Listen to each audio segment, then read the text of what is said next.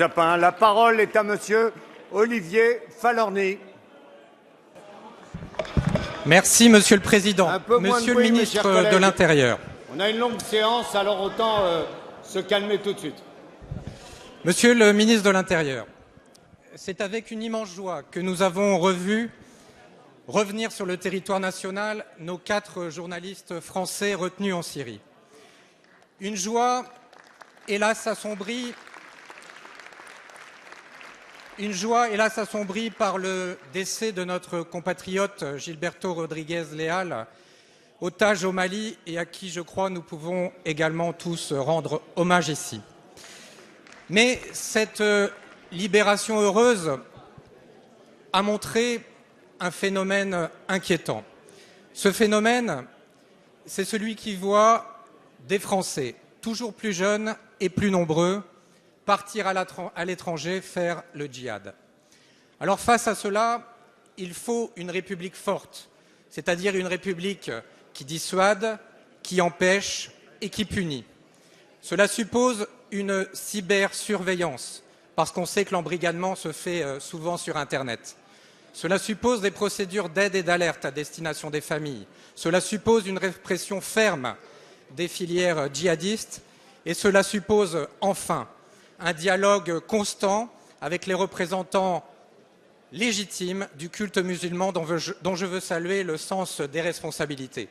Alors, Monsieur le Ministre, je sais que vous portez une attention particulière à ce phénomène préoccupant parce qu'il porte en lui la menace du terrorisme. Alors, ma question, elle est aussi simple que la réponse est compliquée.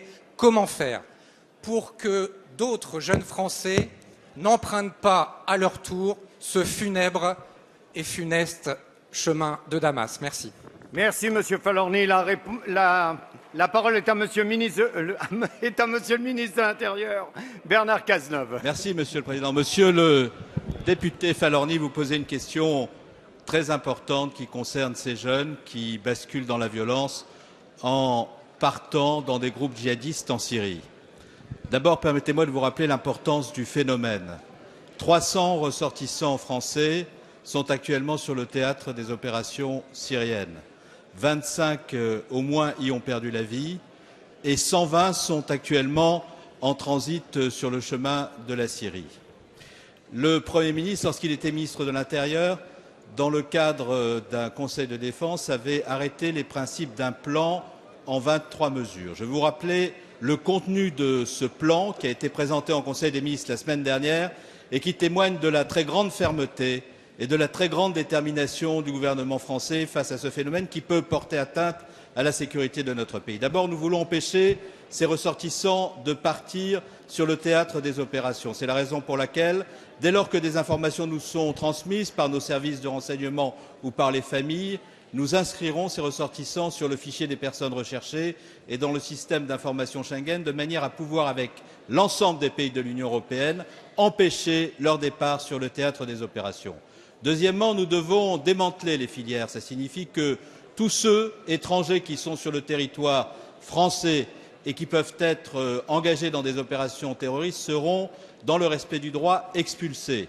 Les entretiens administratifs seront multipliés avec ceux qui auront la tentation de partir. Et par ailleurs, nous allons engager sur Internet de façon déterminée, en faisant d'ailleurs légiférer l'Assemblée nationale et le Sénat, une action de démantèlement de ces filières parce que la propagande sur Internet est à l'origine de l'engagement d'une grande partie de ces jeunes. Ça veut dire la possibilité pour nos services d'intervenir sur Internet sous pseudonyme. Ça veut dire aussi la possibilité de garder au-delà de 10 jours les connexions d'interception.